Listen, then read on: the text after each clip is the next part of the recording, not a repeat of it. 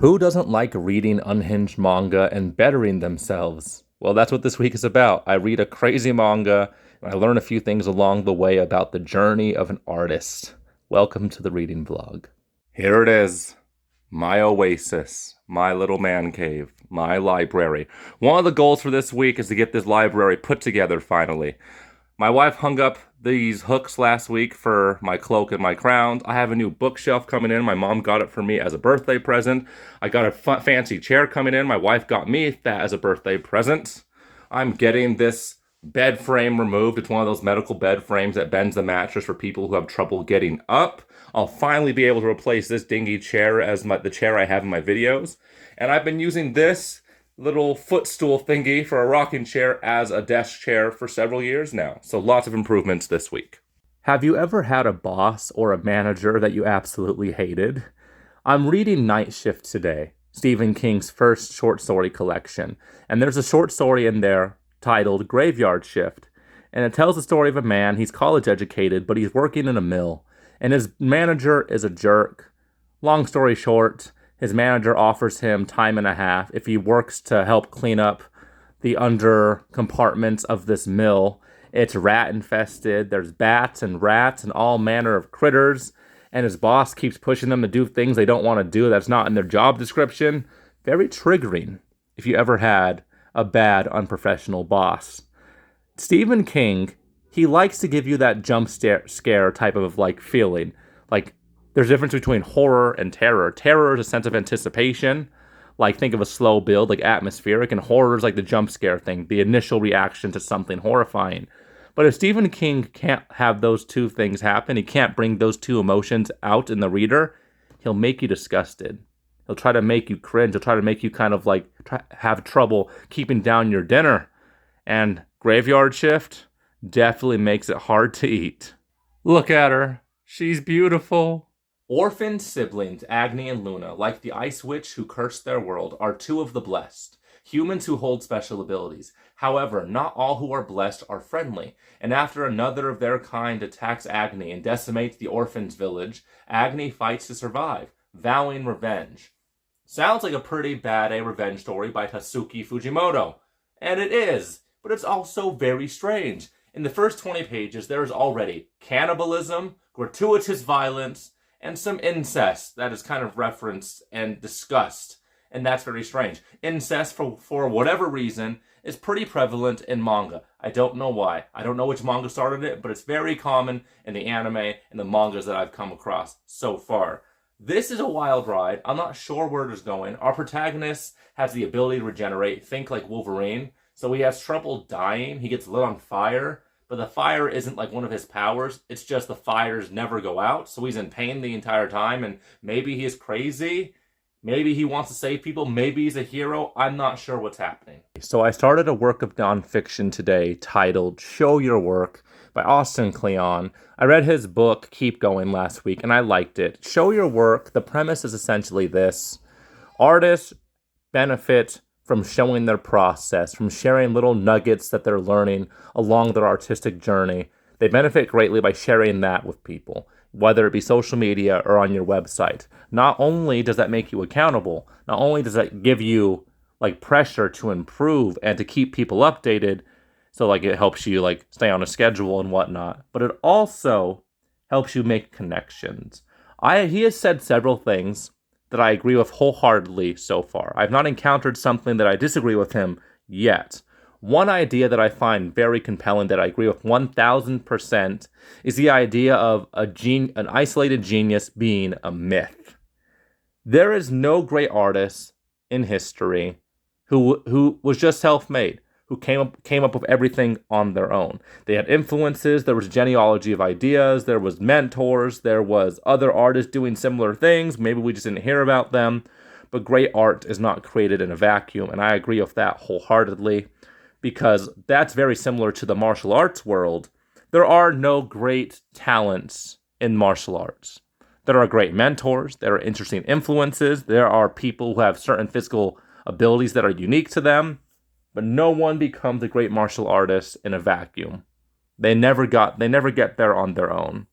So I agree with that because I've taken those lessons into my journey as a martial artist. And I'm trying to take those lessons into my journey as a YouTuber. But in the martial arts world, I've had a plethora of influences, many mentors, whether they be virtual or in person, many influences, many inspirations. And I agree with that wholeheartedly. He says there are no geniuses, but there are geniuses, because great art is created when you gather great ideas that you've encountered throughout your life, and then you put your own specific talents, your own specific inclinations, and you mix out the influences you've encountered in life, and that creates great art. So great art is not a question of talent, it is a question of sources. And I agree with that. Friday night. So today I'm thinking a lot about death, because there was two passages from two different books I was reading today that talked about death that I thought were pretty thought-provoking. The first was a section from Show Your Work, where the author states that he likes to start off every day by reading the obituaries in the paper. Which sounds like a very depressing thing to do, but he says it reminds him that life is temporary, that we have a very finite amount of time to accomplish what we have to do in life. And by reading the obituaries, by reading people's lives condensed down into a paragraph, it makes everything we encounter on the day-to-day, all the little petty annoyances, not seem all that important. It reminded me a lot of the Buddhist meditation on the death, because a lot of Buddhists, they start off their day by thinking about and dwelling on death.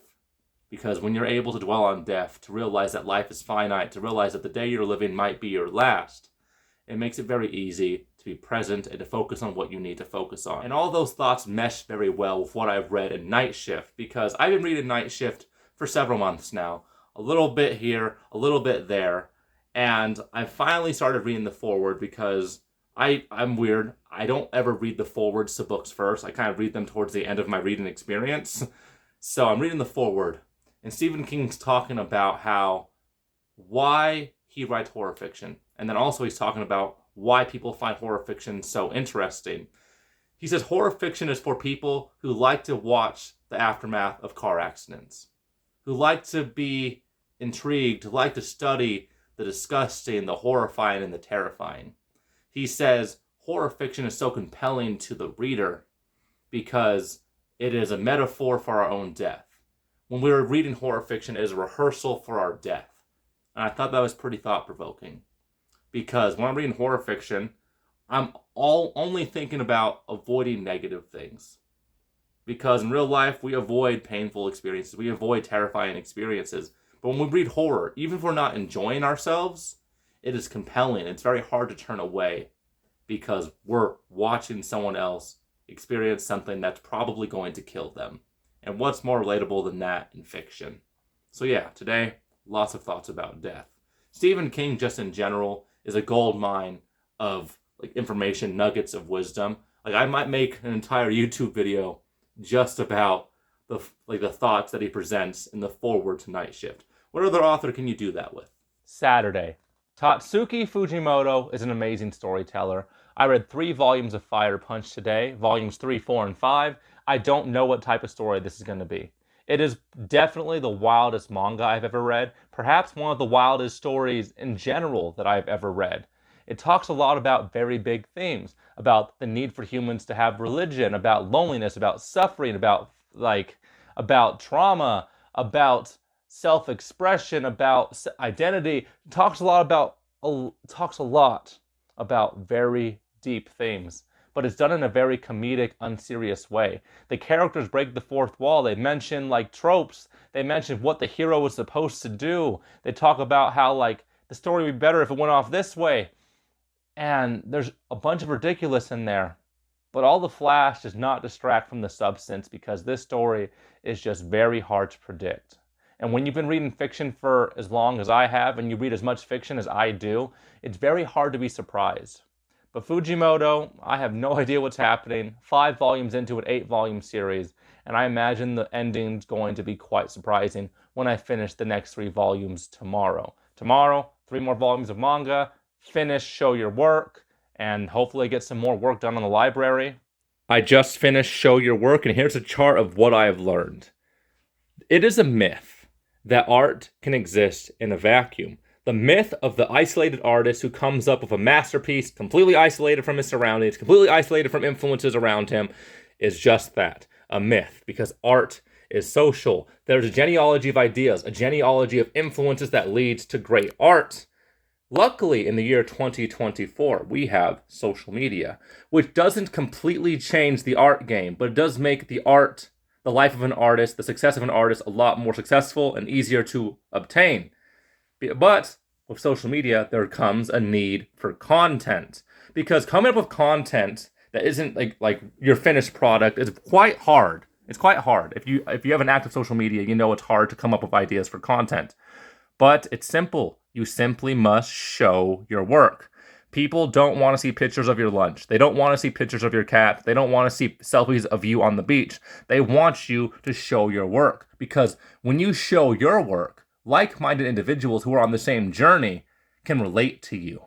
So showing your work does not just lead to feedback and improvement in the public sphere, because there's going to be people that are going to give you feedback, there's going to be people that are going to critique you, and that's going to lead to improvement. It's not just that. Showing your work also leads to you making connections. It keeps you accountable and gives you pressure to keep improving, and also helps you discover your own unique voice as an artist, because no artist journey is the same as another one's. And all of this will lead to success, all because art is social. Sunday afternoon, I did not get everything done that I wanted to get done for the library, but got my snazzy new chair from my wife and my turntable bookshelf from my parents. Right now, I just have my library loans on it because I don't have that many books, but a book haul is forthcoming, so there will be a lot more books. Next week, we're going to be mounting either a TV, entertainment center type of thing on this wall or this wall, depending on the pipes. Very productive week for the library. Sunday, the final page count for this week, 1,819 pages, which is by far the most successful week I've had on the channel so far.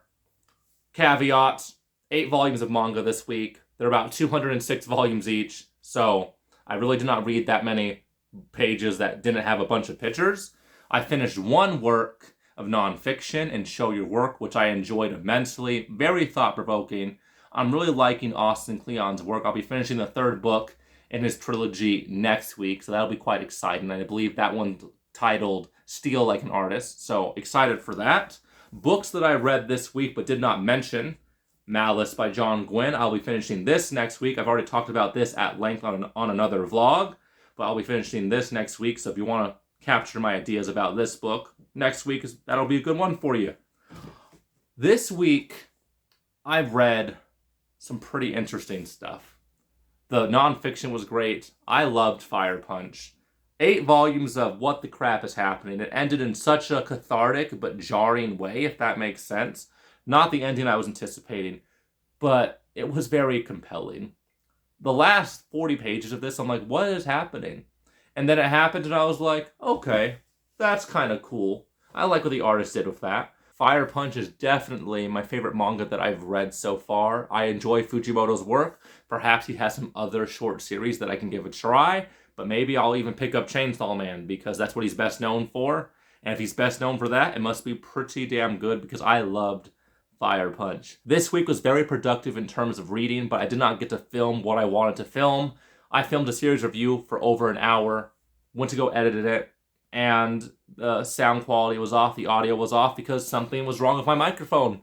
And I'm not sure how to fix it, but I'll figure that out, even if I have to get a new mic. But that was very sad. And I lost motivation after filming for an hour because I really hit my groove and I didn't get to upload that. So next week, big videos planned. I have that series review planned for Friday or Thursday. And then I have a list of 10 standalone books I want to read before 2025. That'll be uploaded Saturday. I look forward to it. This week was good. 1,819 pages. But next week will be even better. Thank you guys for watching. I'll see you guys next time.